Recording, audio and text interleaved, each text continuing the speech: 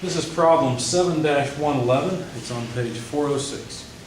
Liquid water enters a 25 kilowatt pump at 100 kilopascals of pressure at a rate of 5 kilograms per second. Determine the highest pressure the liquid water can have at the exit of the pump.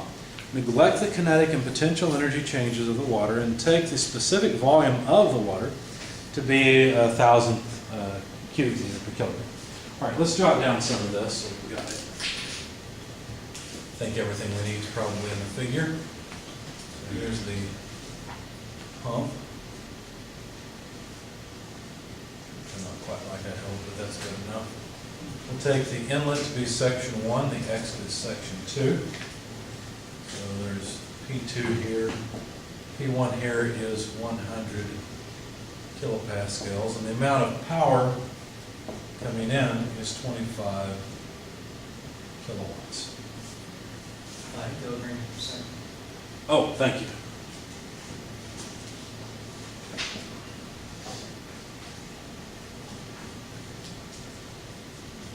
Okay.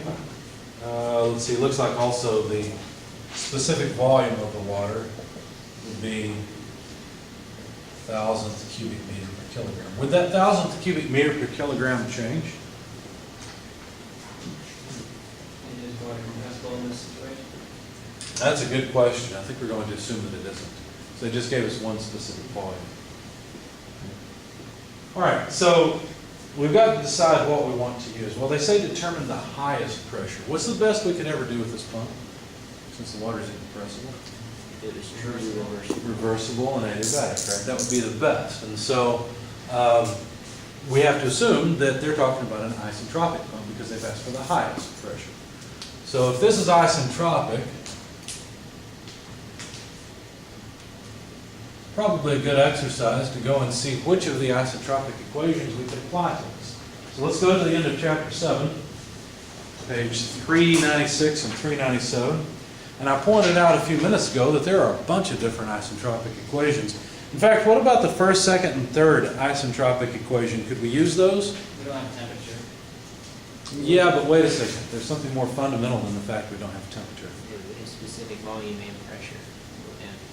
But even then, S1 you can press too, right? Well, we have pressure, we have specific volume. Could we use the third isentropic equation? Yeah, it's- How many people want to say yes? You can't because CV and, your CV and your CP of K is CV over CP, right? Yeah, and they're base, so K would be 1 because K it's would be water one, in the so liquid you'd be 1 phase. to the 1, so you'd have, right? Because your specific volume doesn't change. Specific volume does not change, So you'd that's be 1 to the true. 1 there. And then you'd be whatever your Yes. P These are pressure. only for gases. So they're only for gases. Remember we used the ideal gas law to come up with those?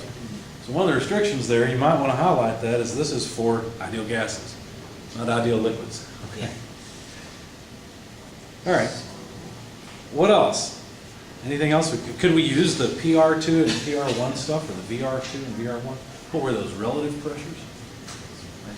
No, that's still gases. Those are still gases, aren't they? That wouldn't work. What else is there? Is there anything in here that's an isentropic equation for an uncompressible substance like water? Isentropic compressor work, no, that's not efficiency. We've got that one that we just talked about, We just talked about. Any process, S1 equals S2, but for this particular one, how about T1 equals T2? Okay. Is that really going to help us? I don't know, we'll see. Okay, so there's one.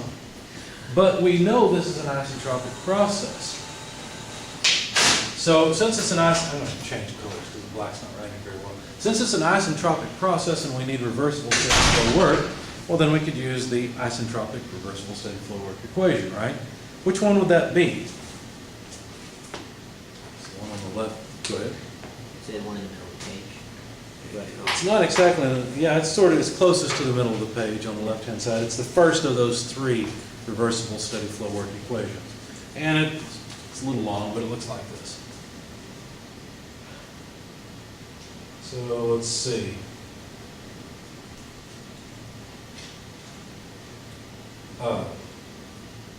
Here.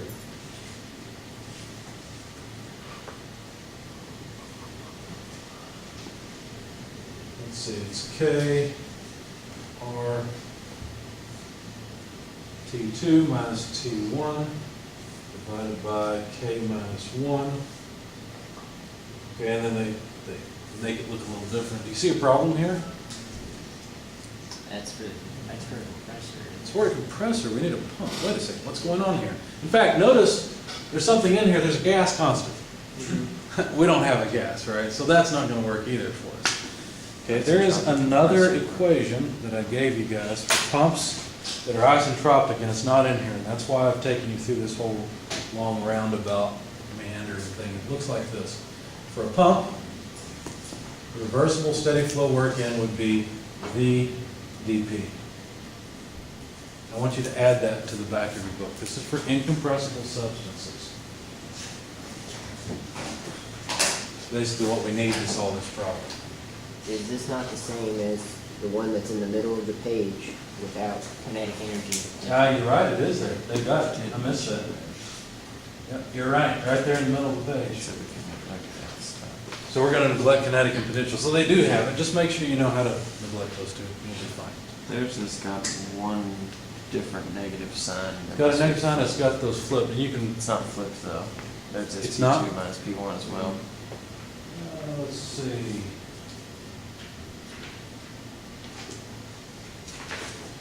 Yeah, that's because there's a sign built into the equation. I forgot to tell you guys about that. Both of these equations have the same sign, and they are that work flowing into the system is negative, work flowing out of the system is positive. You have to remember that. So that sign is built into this equation. If we add in the negative sign, then all the sign tells us, because P2 of course is more than P1, right? All that tells us is that work's flowing into the pump, which we already know. Okay, so we can. So you're right. You're right about that. I forgot to mention that.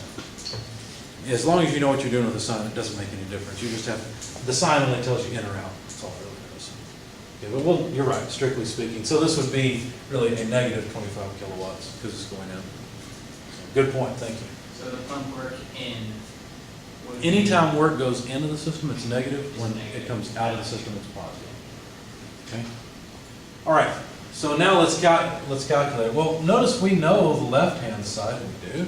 Sure. Power input is equal to the mass flow rate times the specific work.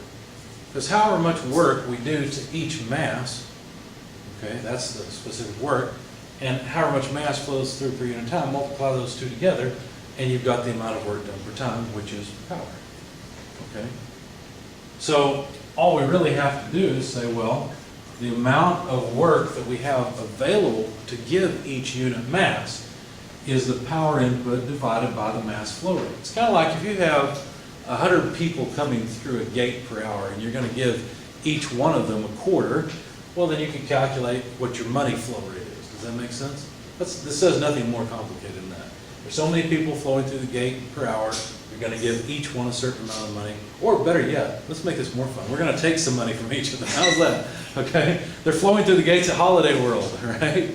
Okay, each person is going to come by and they're going to give you $25. Have you ever done a calculation like that, standing waiting in line, thinking, my God, how much money is coming into this place? It's kind of interesting because you know how much you're paying and you can see about how many people per time go by a certain point. Well, that's all we're doing here. Let's do that calculation. Let's say that they've got, I don't know, what's reasonable coming into the gates at Holiday World? You got that. About $40 for the ticket price? Yeah, but what about the people flow rate? How many people per minute or hour or what? Just rough estimate. What do you think? So what do you think it is a day? That'd probably be the easiest place to start, right? Is it 5,000 a day maybe? No, that sounds reasonable to me. Let's say 5,000 a day. You Yeah. figure people come in, let's just make it uniform throughout the whole day and say they're open for, what are they open, like 11 o'clock to 8 or something, to 9 maybe, so 10 hours. Yeah. Yeah, make our math easy. So 5,000 people divided by 10 would be 500 people per hour. Okay, so if you got 500, let's just do an example calculation. 500 people per hour, and each one, let's just say, pays $40 per person. How much money are they raking in a day? 20,000 an hour times 10 is 20,000 an hour times 10 hours is $200,000. I think I'll go invest in a theme park. Okay, do you see the analogy here?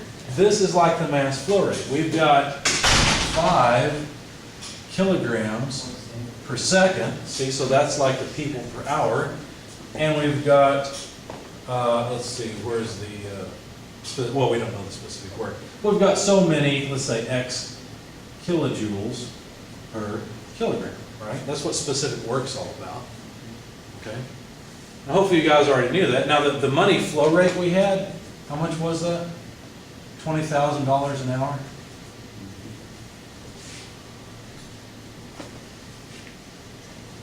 Okay. All right. So that's what this power is like, right? This power is 25 kilowatts. Now I can leave the negative sign on. That'll just make W come negative, but it's fine. It's a good point. So let's do it. So negative 25 kilowatts divided by the mass flow rate of 5 kilograms per second. Well, a kilowatt is just a kilojoule per second. So the seconds go away and we'll have kilojoules per kilogram. Now you can all do the math in your head, right? This is just negative 5 kilojoules per kilogram. So that is the specific work. That's how much energy goes into each kilogram that goes through the pump, right? Well, where does that energy go? It can't be destroyed. How about in a real pump? Where does the energy go? Heat and friction. Some of it does go into heat and friction. Where does most of it go? Into the fluid. Right? If it's a well-designed pump, most of it's going to go through. I'm sure there are some pumps that are not well-designed. I've seen one online that looks interesting. I doubt it's terribly efficient, but it works. It's this. Have you guys seen it? The spiral tube mounted on a shaft, and as the stream flows by, it fills it and causes the tube to rotate, which also pumps it up. It's neat. It's great for your backyard, I guess, but not for the power plant. What was the benefit of that? I can't recall. I think the main idea behind it was that you don't have to carry water from the stream. That was the main benefit. So I was. It was essentially a hose. It was something simple and easy to use. It was neat. Yeah. I thought it was neat. I mean, unless a fish goes in and clogs it up or something. But you have that kind of problem with the regular pump anyway. So where does the energy go? Well, most of it goes into the fluid. So is it such a terrible approximation to say all of it goes into the fluid? No, for a well-designed pump and sized properly and everything, it should be decent, right? It should be reasonably close to reversible. So anyway, so if we plug in the, well actually, what we'll need to do is solve for the pressure in state 2. That's really the question. So let's do that next. So the pressure in state 2, let's see, if I solve for that, I would have just P1, because that'll have to go over to the other side. This will have to come over here. Oh, wait a second. I better do this more slowly, otherwise I'll make a sign error. So the specific work equals negative V P2 plus V P1. We want the pressure in state 2. So what we'll have to do is say V P2 equals V P1 minus specific work. There we go. P2 equals P1 minus specific work over specific volume. That's what I thought it should give, but I wanted to make sure. Okay. Now the pressure in state 1 is 100 kilopascals, so we can plug that in. The specific work is a negative 5 kilojoules per kilogram. That'll take care of this negative sign problem we've got, because we know the pressure at the exit better be higher than the pressure coming in. Okay. Divided by the specific volume, which was 1,000 cubic meter per kilogram. So the kilograms go away. Let's be careful here. What units will we have on this last term? Kilojoules per cubic meter. Kilojoules per kilogram. What is a kilojoule per cubic meter? In the back of your book, I had you write down what a kilojoule was. Is. It's a kilopath. A kilojoule is a kilopascal times a cubic meter. Did you write it down? Yeah, it's already in. Not. It's already there. We probably ought to highlight it, because it's handy to know. So what will happen is this kilojoules will become kilopascals times cubic meters, if we want it to, and we want it to, so we can cancel off the cubic meters. Okay? So basically what will happen here is we'll have 5 divided by 1,000th, which just means move the decimal place over 3 in the denominator and the numerator. So we'll have 100 plus 5,000, so this is 5,100 kilopascals. That's the maximum exiting pressure. The exiting pressure of a real pump, would it be above this, below this? Why? Would it be the same? What do you think? That's on the efficiency. It'd be below this. It'd be below. It's not a completely reversible process in real life. Right, so some of that energy is not going to go into the stream. Where will it go? A lot of it would probably be friction at that point. Friction, and so what will happen? Will the pump start to heat up and just keep heating up indefinitely? No, it releases the atmosphere. Some of it might go off into the atmosphere. Let's just, for the sake of argument, say that the pump's insulated. Now where would the heat go? Would the temperature just keep going up indefinitely? No, you go into the water. You go into the water that's flowing through. So the temperature of the water coming out would be higher than the temperature coming in. That's how you can tell it wasn't reversible. Make sense? Because all that friction is going to be sucked up essentially by the water, the heat generated from it, sucked up by the water. There you go. Okay. Questions, comments?